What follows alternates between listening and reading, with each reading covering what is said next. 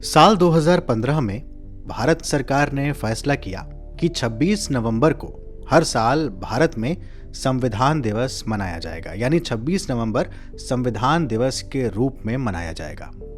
आप जानते हैं कि 26 नवंबर 1949 को भारत की संविधान सभा ने संविधान को अंगीकृत किया था। आप प्रस्तावना पढ़ते हैं तो उसकी अंतिम पंक्ति है कि तारीख 26 नवंबर 1949 को एतद द्वारा इस संविधान को अंगीकृत, अधिनियमित और आत्मार्पित करते हैं। लेकिन संविधान के बारे में बहुत सी ऐसी बातें हैं जो 26 नवंबर 1949 और उसके बाद तक से जुड़ी हुई हैं और वो जाननी हमारे लिए बहुत अहम है। क्या है वो ज़रूरी तथ्य, मैं बताऊंगा आपको आज। ज्ञान की डिजिटल दुनिया, ध्येय रेडियो आप सुन रहे हैं। मेरा नाम है अंजुम शर्मा। भारत को जब आज़ादी मिली तो उसके बाद संविधान बनाने की दिशा में तेजी से काम किया गया। ड्राफ्टिंग कमेटी का गठन हुआ, जिस पर मैं आगे बात करूंगा, लेकिन उससे पहले की बात भी हमें जाननी चाहिए। संविधान सभा के गठन का पहली बार विचार एम.एन. रॉय के मन में आया था। 1934 की ये बात है। 1935 में भारतीय राष्ट्रीय कांग्रेस ने पहली बार आधिकारिक रूप से संविधान सभा गठन की मांग की थी और 1938 में जवाहरलाल नेहरू ने यह घोषणा की थी कि स्वतंत्र भारत के संविधान का निर्माण संविधान सभा करेगी। फिर उसके बाद 1940 का अगस्त प्रस्ताव, फिर क्रिप्स मिशन और 1946 का कैबिनेट मिशन। 9 दिसंबर 1946 को संविधान सभा की पहली बैठक होती है। फ्रांस की तर्ज पर सबसे वरिष्ठ व्यक्ति को अस्थायी अध्यक्ष बनाना होता है। तो सच्चिदानंद सिन्हा उस समय सबसे वरिष्ठ थे, तो उनको अस्थायी अध्यक्ष बनाया गया और उनका परिचय संविधान सभा में दिया आचार्य कृपलानी ने। 11 दिसंबर 1946 को राजेंद्र प्रसाद संविधान सभा के अध्यक्ष बने, यानी स्थायी अध्यक्ष, और H.C. मुखर्जी उपाध्यक्ष बने। संवैधानिक सलाहकार बने सर B.N. रॉय। 13 दिसंबर 1946 को जवाहरलाल नेहरू द्वारा उद्देश्य प्रस्ताव पेश किया गया, जिसे बाद में स्वीकार कर लिया गया। इसके बाद माउंटबेटन योजना आती है, उसके बारे में आप जानते ही हैं, और भारत स्वतंत्रता अधिनियम 1947 आता है।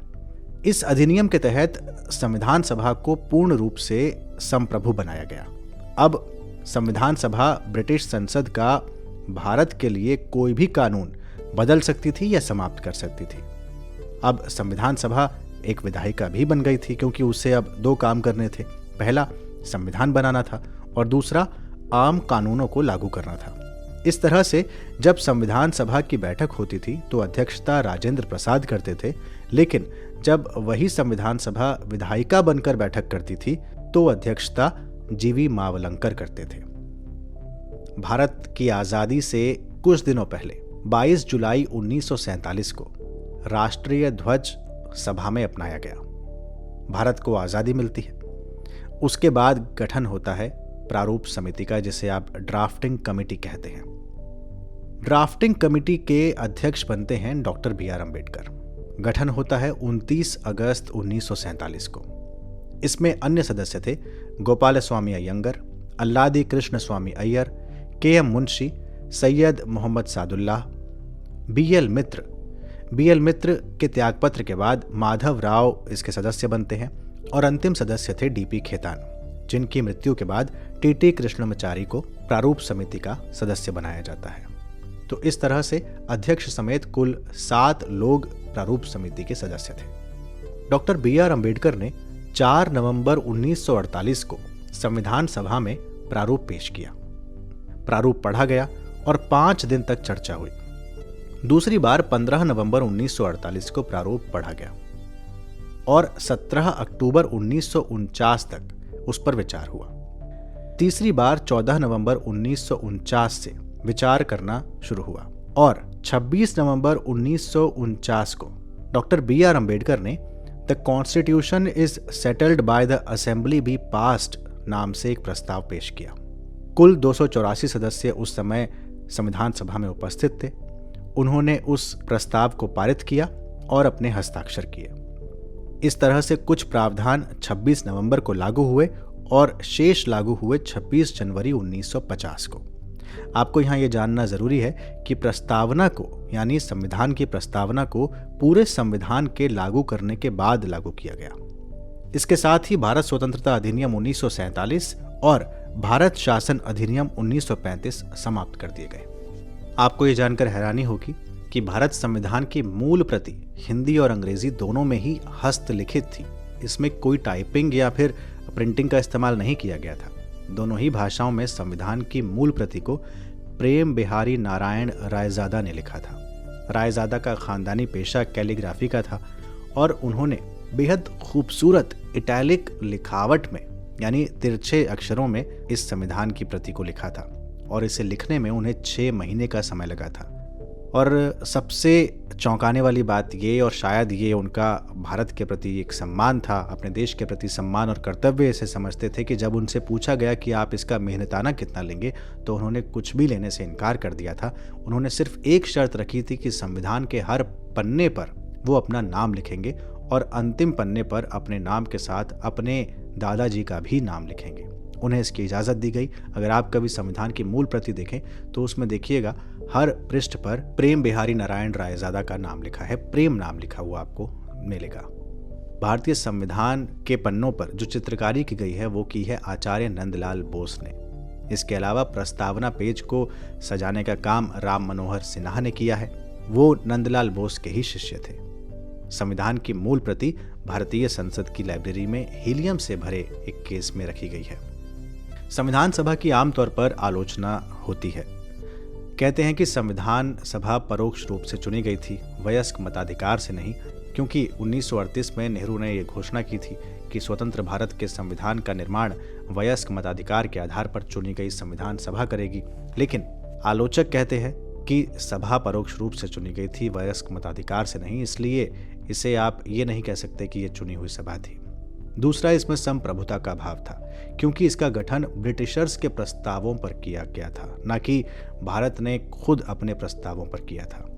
तीसरी आलोचना इसकी ये होती है कि इसमें ज़रूरत से ज़्यादा समय लिया गया था। आप जानते हैं संविधान को तैयार करने में 2 साल 11 महीने और 18 दिन का समय लगा था, लेकिन अमेरिकी संविधान 6 महीने में पूरा हो गया था। लेकिन इसका एक तर्क ये भी है कि भारत का संविधान सबसे बड़ा लिखित संविधान है और अमेरिका का संविधान आप जानते ही हैं कि कितना बड़ा है। अगली आलोचना ग्रेनवेल ऑस्टिन करते हैं। वो कहते हैं कि संविधान सभा एक दलीय देश का निकाय थी, यानी सभा ही कांग्रेस थी और कांग्रेस ही भारत। इसमें अन्य दलों का अभाव उन्हें नजर आता है। अगली आलोचना लॉर्ड विस्काउंट की है, जो कहते हैं कि ये हिंदुओं का निकाय थी और विंस्टन चर्चिल ने तो कहा था कि इसने भारत के केवल एक बड़े समुदाय का प्रतिनिधित्व किया है।